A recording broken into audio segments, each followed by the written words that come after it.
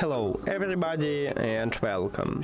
In this video I'm going to show you how to change voice prompt language for your earbuds QCY Buds ANC.